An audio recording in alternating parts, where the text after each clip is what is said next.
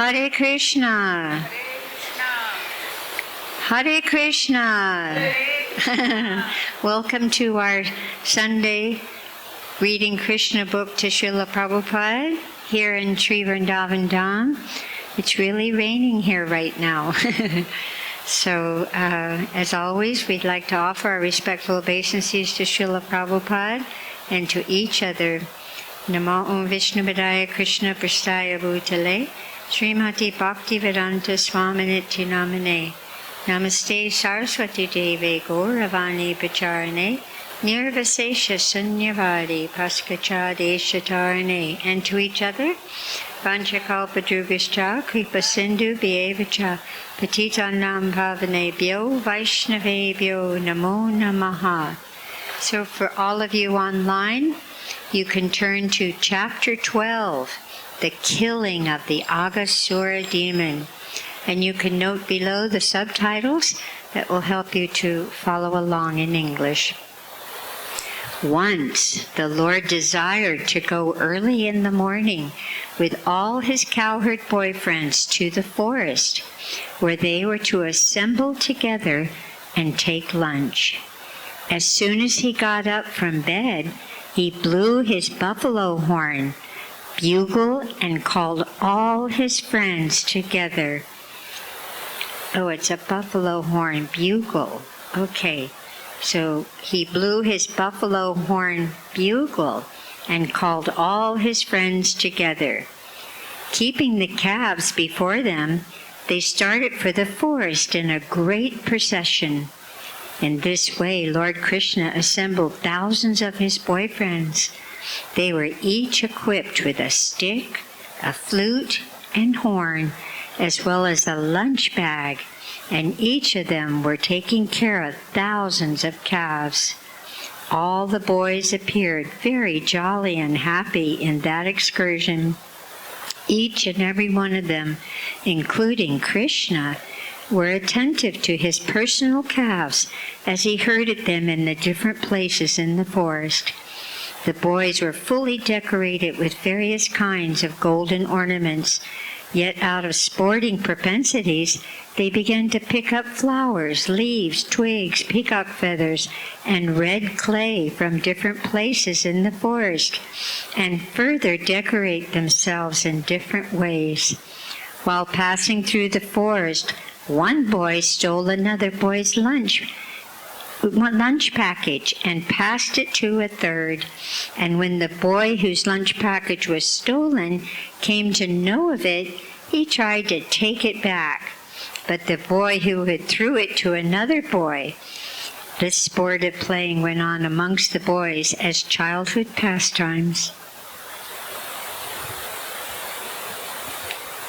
When Lord Krishna went ahead to a distant place in order to see some specific scenery, the boys behind him ran to try to catch up and be the first to touch him. So there was a great competition. One would say, "I will go there and touch Krishna." And another would say, "Oh, you can't go. I will touch Krishna first." Some of them played on their flutes or vibrated bugles made of buffalo horn. Some of them gladly followed the peacocks and imitated the sounds of the cuckoos. While the birds were flying in the sky, the boys ran after the birds' shadows along the ground and tried to follow their exact courses. Some of them went to the monkeys and silently sat down by them. And some of them imitated the dancing of the peacocks. Some of them caught monkeys by the tail and played with them. And when the monkeys jumped into a tree, the boys followed. When a monkey showed its face and teeth, a boy imitated and showed his teeth to the monkey. Some of the boys played with the frogs on the bank of the Yamuna, and when out of fear the frogs jumped into the water, the boys immediately dove in after them. And they would come out of water when they saw their own shadows and stand imitating, making caricatures and laughing. They would also go to an empty well and make loud sounds, and when the echo came back, they would call it ill names and laugh. As stated personally by the Supreme Personality of Godhead in the Bhagavad-Gita, he is realized proportionately by transcendentalists as Brahman, Paramatma, and the Supreme Personality of Godhead. Here, in confirmation of the same statement, Lord Krishna, who awards the impersonalist the pleasure of Brahman realization by his bodily effulgence, also gives pleasure to the devotees as the Supreme Personality of Godhead. Those who are under the spell of the external energy, Maya, take him only as a beautiful child. Yet he gave full transcendental pleasure to the cowherd boys who played with him. Only after accumulating heaps of pious activities were those boys promoted to personally associate with the Supreme Personality of Godhead. Who can estimate the transcendental fortune of the residents of Vrindavan? They were personally seeing the Supreme Personality of Godhead face to face. He whom many yogis cannot find, even after undergoing severe austerities, although he is sitting within their hearts. This is confirmed in the Brahma Samhita. One may search for Krishna, the Supreme Personality of Godhead, through the pages of the Vedas and Upanishads, but it is difficult to find him there.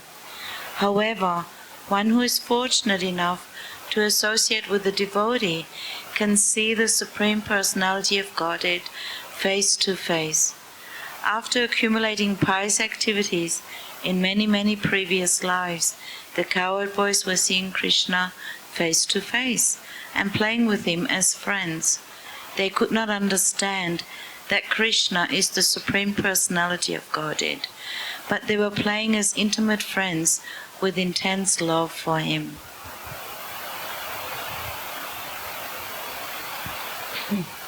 When Lord Krishna was enjoying his childhood pastimes with his boyfriends, one Aghasur demon became very impatient. He was unable to tolerate seeing Krishna play so happily, and therefore he appeared before the boys, intending to kill them all. This Aghasura was so dangerous that even the denizens of heaven were afraid of him. Although the denizens of heaven drank nectar daily to prolong their lives, they were afraid of this Aghasura and were wondering, when will the demon be killed? The denizens used to drink nectar to become immortal, but actually they were not confident of their immortality.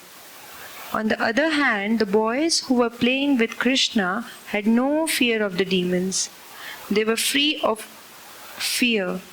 Any material arrangement for protecting oneself from death is always unsure, but if one is in Krishna consciousness, then immortality is confidently assured. The demon Aghasura appeared before Krishna and his friends. Aghasura happened to be the younger brother of Putana and Bakasura, and he thought, Krishna has killed my brother and sister. Now I shall kill him along with all his friends and calves. Aghasura was instigated by Kamsa, so he had come with determination. Aghasura also thought that when he would offer grains and water in memory of his brother and sister and kill Krishna and all the cowherd boys, then automatically all the inhabitants of Vrindavan would die. Generally, for the householders, the children are the life and breath force. When all the children die, then naturally the parents also die on account of strong affection for them. Aghasura, thus deciding to kill all the inhabitants of Vrindavan, expanded himself by the yogic siddhi called Mahima. The demons are generally expert in achieving almost all kinds of mystic powers. In the yoga system, by the perfection called Mahima Siddhi, one can expand himself as he desires. The demon Aghasura expanded himself up to 8 miles and assumed the shape of a very fat serpent. Having attained his wonderful body, he stretched his mouth open just like a mountain cave, desiring to swallow all the boys at once, including Krishna and Balaram. He sat on the path. The demon in the shape of a big fat serpent expanded his lips from land to sky. His lower lip was touching the ground, and his upper lip was touching the clouds. His jaws appeared like a big mountain cave without limitation, and his teeth appeared just like mountain summits. His tongue appeared to be a broad traffic way, and he was breathing just like a hurricane. His eyes were blazing like fire. At first the boys thought that the demon was a statue, but after examining it, they saw that it was a big serpent lying down on the road and widening his mouth. The boys began to talk among themselves. "Dear friends, this figure appears to be a great animal, and he is sitting in such a posture just to swallow us all. Just see, is it not a big snake that has widened his mouth to eat all of us?" One of them then said, "Yes, what you're saying is true. This animal's upper lip appears to be just like the sunshine, and its lower lip is just like the reflection of red sunshine on the ground. Dear friends, just look to the right and left-hand side of the mouth of the animal. Its mouth appears to be like a big mountain cave, and its height cannot be estimated. The chin is also raised just like a mountain summit.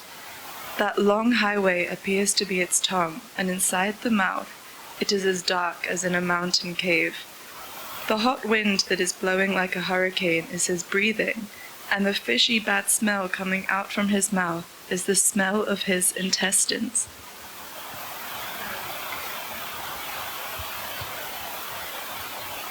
Then they further consulted among themselves. If we all at once time entered into the mouth of this great serpent, how could it be possibly swallow all of us? And even if it were to swallow all of us at once, it could not swallow Krishna. Krishna will immediately kill him, as he did Bakasura. Talking in this way, all the boys looked at the beautiful lotus-like face of Krishna, and they began to clap and smile. And so they marched forward and entered the mouth of gigantic serpent. Meanwhile, Krishna, who is the super soul within everyone's heart, could understand that big status quo figure was a demon. The boys did not know this, however, and thus while Krishna was planning how to stop the destruction of his intimate friends, all the boys along with their calves entered the mouth of the serpent. But Krishna did not enter. The demon was awaiting Krishna's entrance, and he was thinking, "Everyone has entered except Krishna, who has killed my brother and sister." Krishna is the assurance of safety to everyone. But when he saw that his friends were already out of his hands and were lying within the belly of a great serpent, he became momentarily aggrieved. He was also struck with wonder at how the external energy works so wonderfully. He then began to consider how he could kill the demon and at the same time save the boys and calves. Although there was no factual concern on Krishna's part, he was thinking like that. Finally, after some deliberation, he also entered the mouth of the demon. When Krishna entered, all the demigods who had gathered to see the fun and who were hiding within the clouds expressed their feelings with the words, "Alas, alas!"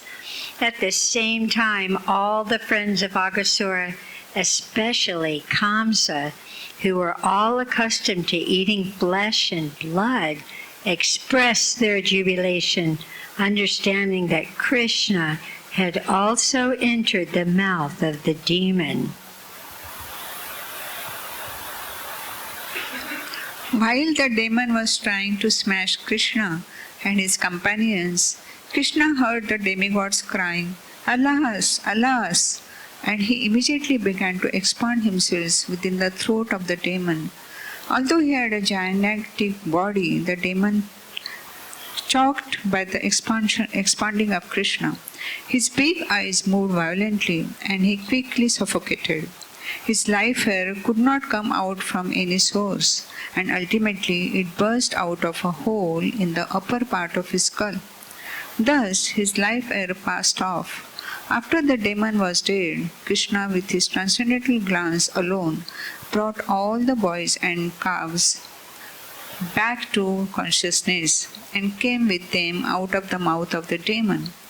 While Krishna was within the mouth of Aghasura, the demon's spirit soul came out like a dazzling light, illuminating all directions, and waited in the sky.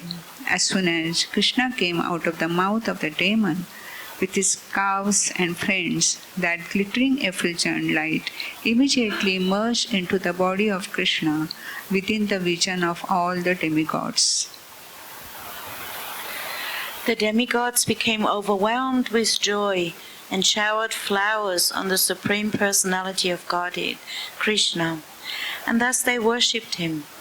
The denizens of heaven danced in jubilation, and the denizens in Gandharva Loka offered various kinds of prayers. Drummers beat drums in jubilation, the Brahmanas recited Vedic hymns, and all the devotees of the Lord chanted the words, Jai, Jai, all glories to the Supreme Personality of Godhead. When Lord Brahma heard those auspicious vibrations which sounded throughout the higher planetary system, he immediately came down to see what had happened. He saw that the demon was killed, and he was struck with wonder at the uncommon, glorious pastimes of the personality of Godhead. The gigantic mouth of the demon remained in an open position for many days and gradually dried up. It remained a spot of pleasure pastimes for all the cowherd boys.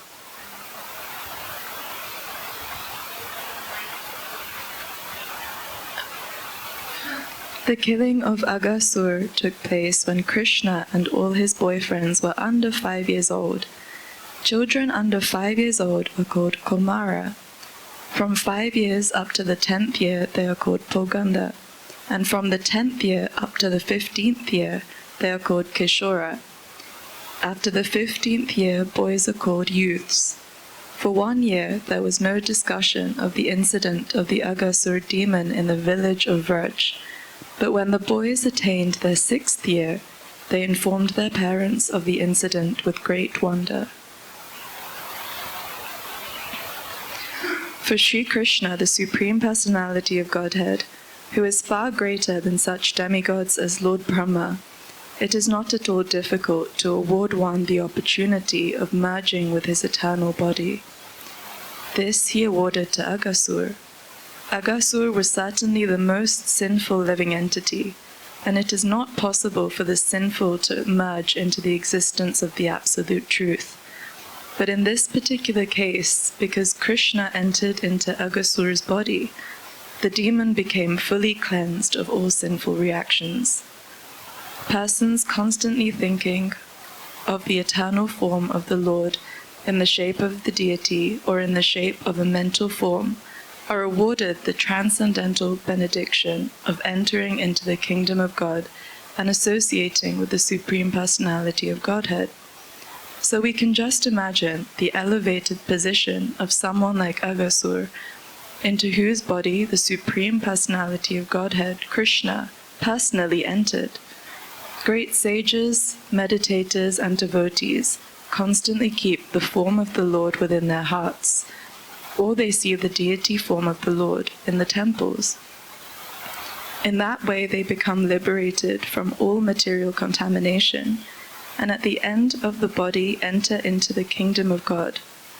This perfection is possible simply by keeping the form of the Lord within the mind. But in the case of Aghasur, the Supreme Personality of Godhead personally entered. Agasur's position was therefore greater than the ordinary devotees or the greatest yogis.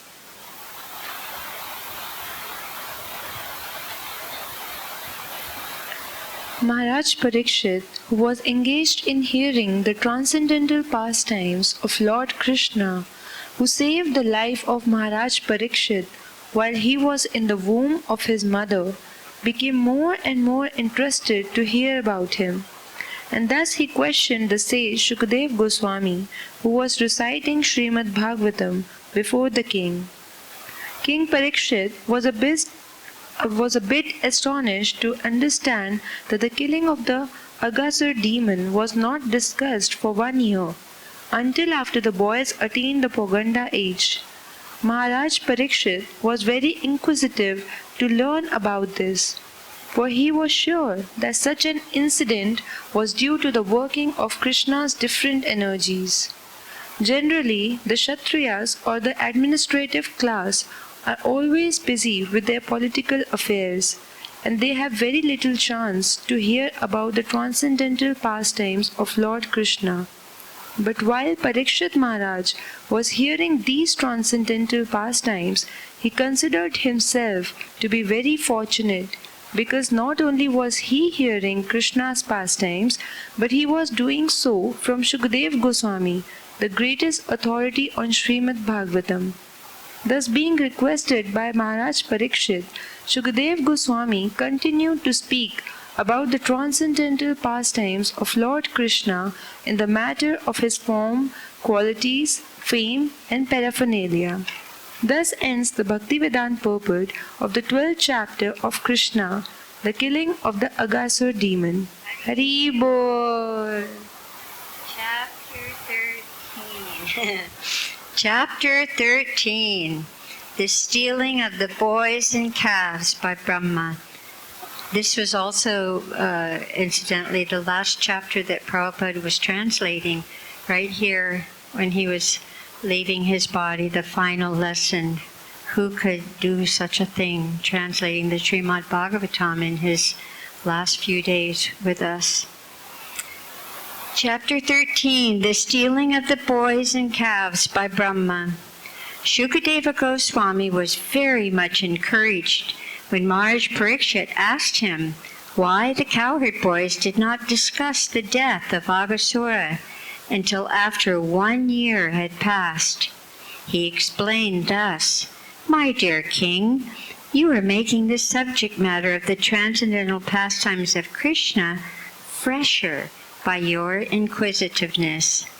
It is said that it is the nature of a devotee to constantly apply his mind, energy, words, ears, etc., in hearing and chanting about Krishna.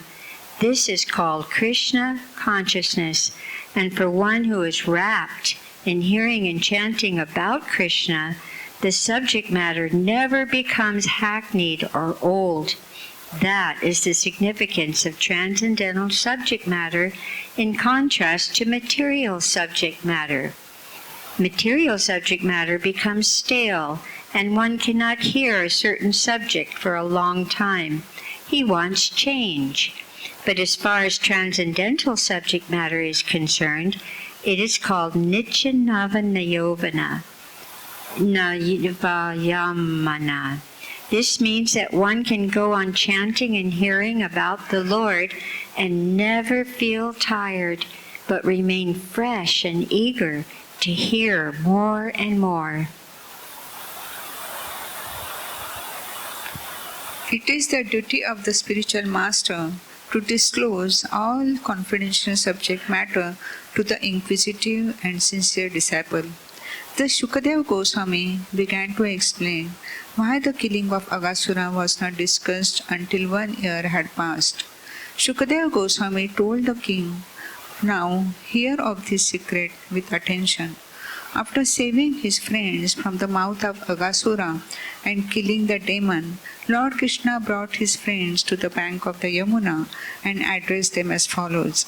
My dear friends, just see how this spot is very nice for taking lunch and playing on the soft sandy Yamuna bank.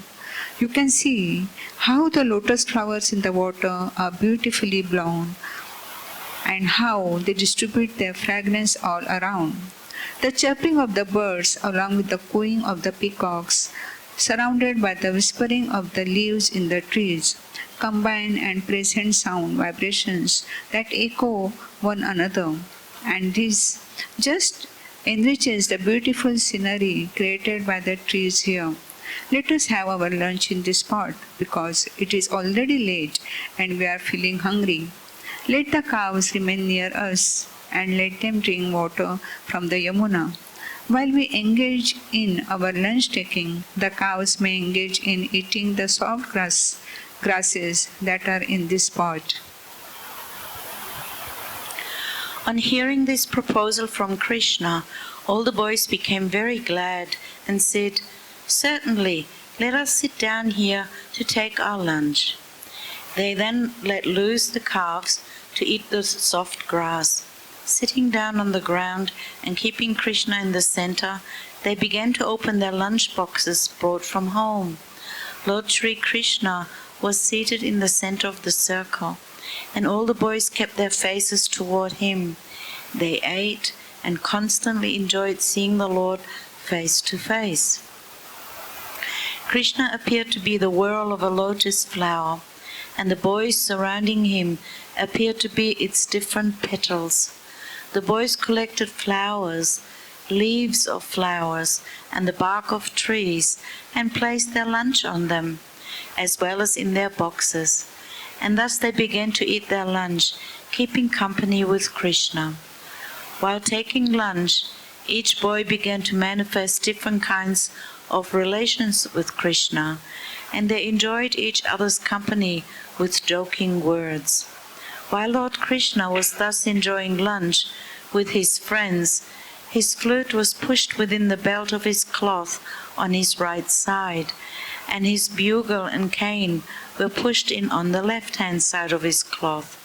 In his left palm, he was holding a lump of food prepared with yogurt, butter, rice, and pieces of fruit salad, which could be seen through his petal-like finger joints. The Supreme Personality of Godhead, who accepts the results of all great sacrifices, was laughing and joking, enjoying lunch with his friends in Vrindavan.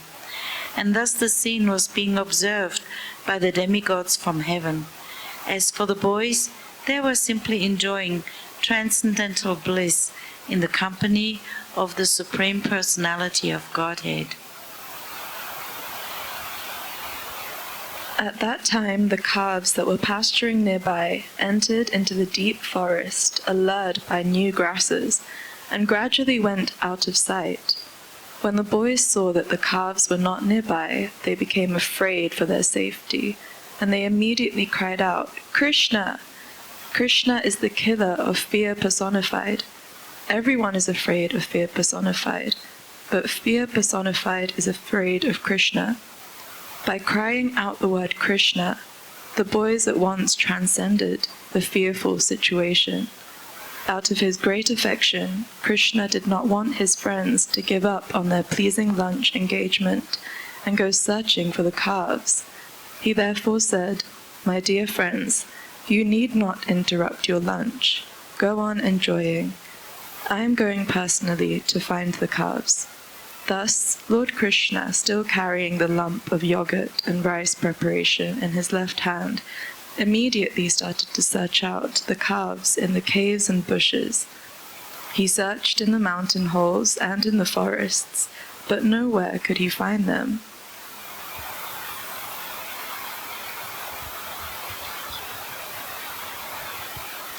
At that time, when Aghasur was killed, and the demigods were looking on the incident with great surprise, Brahma, who was born of the lotus flower growing out of the navel of Vishnu, also came to see.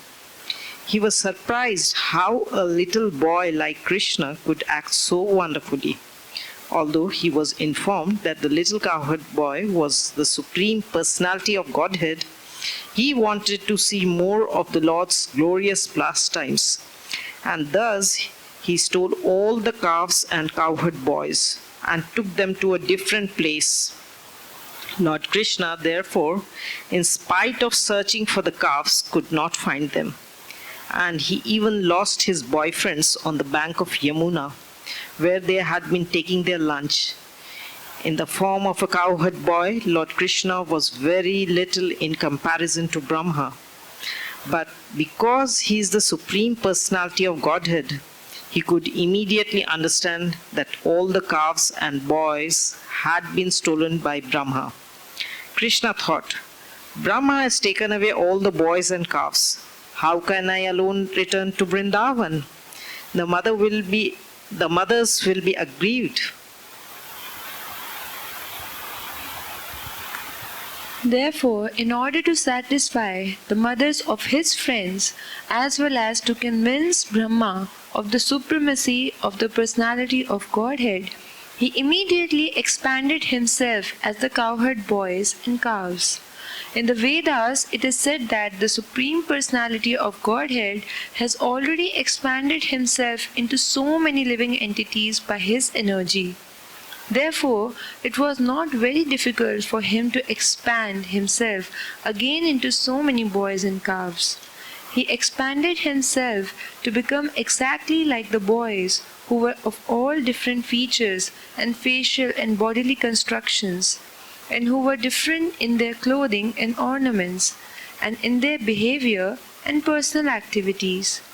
In other words, although each boy, being an individual soul, had entirely different tastes, activities, and behavior, Krishna exactly expanded himself into all the different positions of the individual boys. He also became the calves, who were also of different sizes, colors, activities, etc. This was possible because everything is an expansion of Krishna's energy. In the Vishnu Puran, it is said, Parasya Brahmana Shakti. Whatever we actually see in the cosmic manifestation, be it matter or the activities of the living entities, is simply an expansion of the energies of Lord, as heat and light are the different expansions of fire. Thus, expanding himself as the boys and calves in their individual capacities, and surrounded by such expansions of himself, Krishna entered the village of Vrindavan. The residents had no knowledge of what had happened. After entering the village of Vrindavan, all the calves entered their respective cowsheds, and the boys went to their respective mothers and homes. The mothers of the boys heard the vibration of their flutes before their entrance, and to receive them, they came out of their homes and embraced them. And out of maternal affection, milk was flowing from their breasts, and they allowed the boys to drink it. However, their offering was not exactly to their boys, but to the Supreme Personality of Godhead, who had expanded himself into such boys. This was a chance for all the mothers of Vrindavan to feed the Supreme Personality of Godhead with their own milk. Therefore, not only did Lord Krishna give Yashoda the chance to feed him, but this time he gave the chance to all the other elder gopis. All the boys dealt with their mothers as usual, and the mothers also, on the approach of evening, bathed their respective children, decorated them with tilak and ornaments, and gave them necessary foods after the day's labor. The cows also, who had been taken away in the pasturing ground, returned in the evening and called their respective cows. The cows immediately came to their mothers, and the mothers began to lick the bodies of the calves. These relations of the cows and the gopis with their cows and the boys remained unchanged, although actually the original cows and the boys were not there. Actually, the cows' affection for their cows and the elder gopis' affection for their boys causelessly increased. Their affection increased naturally, even though the cows and the boys were not their offsprings. Although the cows and elder gopis of Vrindavana had greater affection for Krishna than for their own offsprings, after this incident their affection for their offsprings increased unlimitedly, exactly as it did for Krishna. For 1 year continuously, Krishna himself expanded as the cows and cowherd boys and was present in the pasturing ground. As it is stated in the Bhagavad-Gita, Krishna's expansion is situated in everyone's heart as the Supersoul. Similarly, instead of expanding himself as the Supersoul, he expanded himself as a portion of calves and cowherd boys for 1 continuous year. One day, a few days before a year had passed, Krishna and Balaram were maintaining the calves in the forest when they saw some cows grazing on the top of Govardhan Hill. The cows could see down into the valley where the calves were being taken care of by the boys.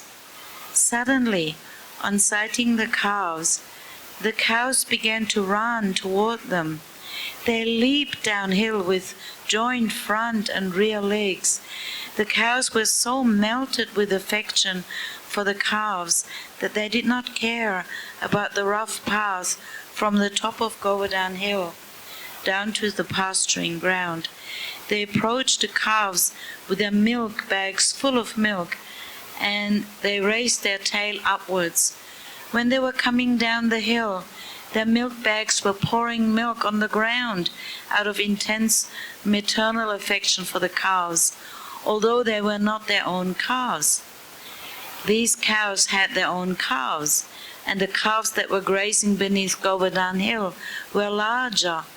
They were not expected to drink milk directly from the milk bag, but were satisfied with the grass. Yet all the cows came immediately and began to lick their bodies, and the calves also began to suck milk from the milk bags. There appeared to be a great bond of affection between the cows and calves. When the cows were running down from the top of Govardhan Hill, the men who were taking care of them tried to stop them. Older cows are taken care of by the men, and the calves are taken care of by the boys. And as far as possible, the calves are kept separate from the cows, so that the calves do not drink all the available milk. Therefore, the men who were taking care of the cows on the top of Govardhan Hill tried to stop them, but they failed. Baffled by their failure, they were feeling ashamed and angry. They were unhappy, but when they came down and saw their children taking care of the calves, they all of a sudden became very affectionate toward the children. It was very astonishing. Although the men came down disappointed, baffled, and angry, as soon as they saw their own children, their hearts melted with great affection. At once their anger, dissatisfaction, and unhappiness disappeared. They began to show paternal love for the children, and with great affection they lifted them into their arms and embraced them. They began to smell their children's heads and enjoyed their company with great happiness. After embracing their children, the men took the cows back to the top of Govardhan Hill. Along the way they began to think of their children, and affectionate tears fell from their eyes.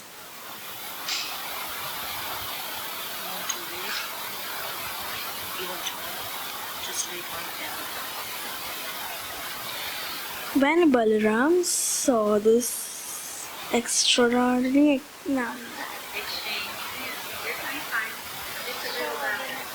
extraordinary exchange of affection between the cow and the calves, and between the father and the children, where neither the calves nor not the children needed so much care. He began the wonder why this extraordinary thing he had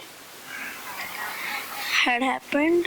He was astonished to see all the residents of Vrindavan so affectionate to their own children, exactly as they has been a Krishna. Similarly, the cow had grown affection to the calves as much as to Krishna. Balarama therefore concluded that the extraordinary show of affection was something mystical, either performed by the demigods or by some powerful man. Otherwise, how could the wonderful chance take place? He could concluded that this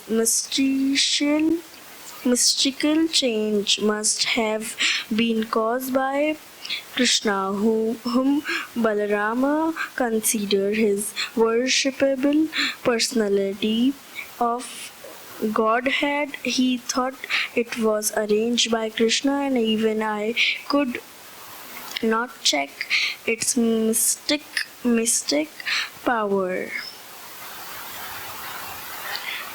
Thus, Balarama understood that all the boys and calves were only expenses to Krishna.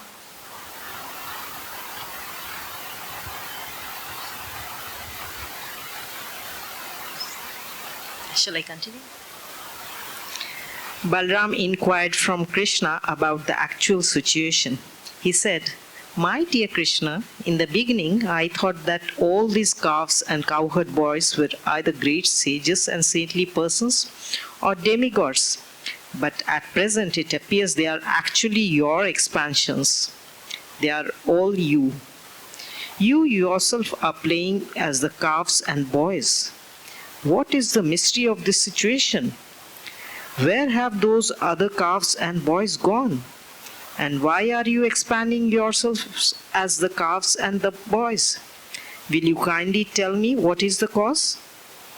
At the request of Balaram, Krishna briefly explained the whole situation, how the calves and the boys have been stolen by Brahma, and how Krishna was concealing the incident by expanding himself, so people would not know that their original calves and boys were missing. While Krishna and Balram were talking, Brahma returned after a moment's interval.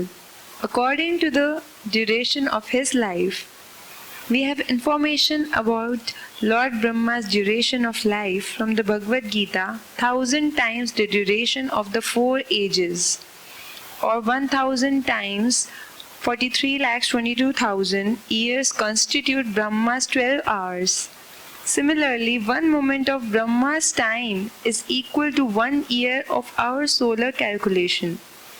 After 1 moment of Brahma's calculation, Brahma came back to see the fun caused by his stealing the boys and calves. But he was also afraid that he was playing with the fire. Krishna was his master, and he had played mischief for fun by taking away his calves and boys. He was really anxious, so he did not stay away very long. He came back after a moment by his calculation. He saw that all the boys and calves were playing with Krishna in the same way as when he had come upon them, although he was confident that he had taken them and made them lie down asleep under the spell of his mystic power. Brahma began to think, all the boys and calves were taken away by me, and I knew they were still sleeping. How is it that a similar batch of boys and calves is playing with Krishna? Is it that they are not influenced by my mystic power? How they been playing continually for 1 year with Krishna? Brahma tried to understand who they were and how they were uninfluenced by his mystic power, but he could not ascertain it. In other words, he himself came under the spell of his own mystic power. The influence of his mystic power appeared like snow in darkness or a glowworm in the daytime. During the night's darkness, the glowworm can show some glittering power, and the snow piled up on the top of a hill or on the ground can shine during the daytime. But at night, the snow has no silver glitter, nor does the glowworm have any illuminating power during the daytime. Similarly, when the small mystic power exhibited by Brahma was before the mystic power of Krishna, it was just like snow at night or a glowworm during the day. When a man of small mystic power wants to show potency in the presence of greater mystic power, he diminishes his own influence. He does not increase it. Even such a great personality as Brahma, when he wanted to show his mystic power before Krishna, became ludicrous. Crazy, okay. Brahma was thus confused about his own mystic power.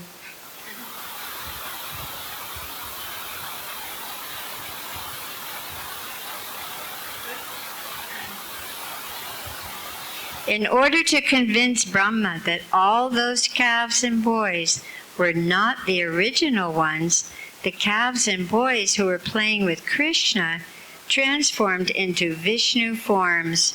Actually, the original ones were sleeping under the spell of Brahma's mystic power, but the present ones seen by Brahma were all immediate expansions of Krishna or Vishnu. Vishnu is the expansion of Krishna, so the Vishnu forms appeared before Brahma. All the Vishnu forms were of bluish color and dressed in yellow garments. All of them had 4 hands decorated with club, disc, lotus flower, and conch shell. On their heads were glittering golden helmets inlaid with jewels. They were bedecked with pearls and earrings, and garlanded with beautiful flowers. On their chests was the mark of Shrivats. Their arms were decorated with armlets and other jewelry, and their necks were just like conch shells. Their legs were decorated with bells, their waists with golden belts, and their fingers with jeweled rings. Brahma also saw that upon the whole body of each Lord Vishnu, from the lotus feet up to the top of the head, fresh tulsi leaves and buds had been thrown. Another significant feature of the Vishnu forms was that all of them were looking transcendently beautiful.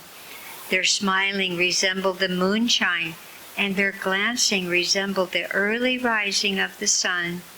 Just by their glancing, they showed themselves to be the creators and maintainers of the modes of ignorance and passion.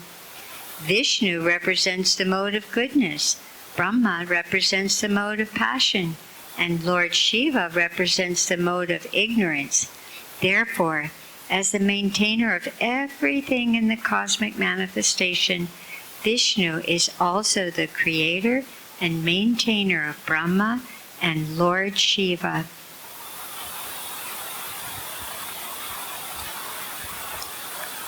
After these manifestations of Lord Vishnu, Brahma saw that many other Brahmas and Shivas and demigods and even insignificant living entities down to the ants and very small straws, all moving and non-moving living entities were dancing, surrounding Lord Vishnu. Their dancing was accompanied by various kinds of musics, and all of them were worshipping Lord Vishnu. Brahma realized that all those Vishnu forms were complete in mystic powers, from the anima perfection of becoming small like an atom up to becoming infinite like the cosmic manifestations. All the mystic powers of Brahma, Shiva, and all the demigods and 24 elements of cosmic manifestations were fully represented in the person of Vishnu. By the influence of Lord Vishnu, all subordinate mystic powers were engaged in his worship. He was being worshipped by time, space, the cosmic manifestations, reformation, desire, activity, and the three qualities of material nature. Lord Vishnu, Brahma also realized. Lord Vishnu, Brahma also realized is the reservoir of all truth, knowledge, and bliss. He is the combination of three transcendental features, namely eternity, knowledge, and bliss, and he is the object of worship by the followers of the Upanishads.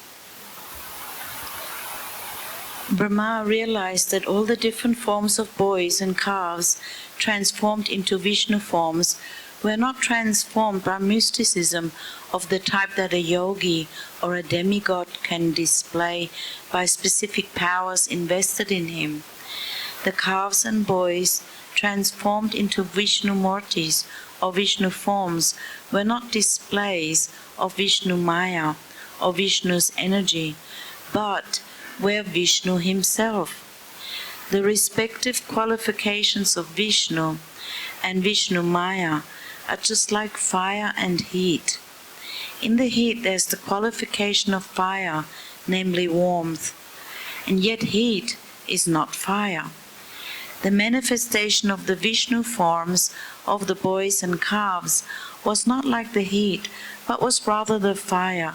They were all actually Vishnu. Factually, the qualification of Vishnu is full truth, full knowledge, and full bliss. Another example can be given with material objects, which are reflected in many, many forms. For example, the sun is reflected in many water pots, but the reflections of the sun in the many pots are not actually the sun. There's no actual heat or light from the suns in the pots, although they appear like the sun. But the forms which Krishna assumed were each and every one full Vishnu. The specific word used in this connection is Satya Jnananantananda. Satya means truth, Jnana, full knowledge, Ananta, unlimited, and Ananda, full bliss. The glories of the Supreme Personality of Godhead are so great that the impersonalistic followers of the Upanishads cannot reach the platform of knowledge to understand them. Especially the transcendental forms of the Lord are beyond the reach of the impersonalists, who can only understand through studying the Upanishads that the absolute truth is not matter, or is not materially restricted. From Krishna's expansion into Vishnu forms, Lord Brahma could understand by his limited potency that everything, movable and immovable, within the cosmic manifestation is existing due to the expansion of the energy of the Supreme Lord.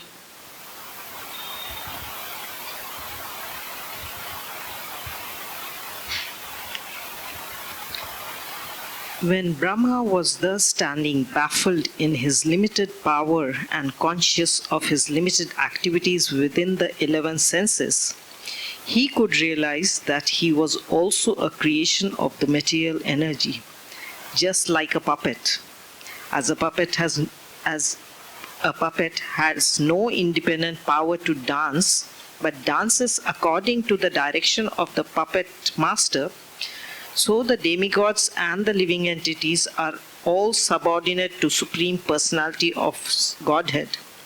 As it is stated in Chaitanya Charitamrita, the only master is Krishna, and all others are his servants. The whole world is under the waves of material spell, and beings are floating like straws in water. So their struggle for existence is continuing. But as soon as one becomes conscious that he is the eternal servant of Supreme Personality of Godhead. This Maya or illusory struggle for existence is immediately stopped. Lord Brahma, who has full control over the goddess of learning and who is considered to be the best authority in Vedic knowledge, was thus perplexed, being unable to understand the extraordinary power manifested by the Supreme Personality of Godhead. In the mundane world, even a personality like Brahma is unable to understand the mystic power of the Supreme Lord. Not only did Brahma fail to understand, but he was perplexed even to see the display which was being manifested by Krishna before him.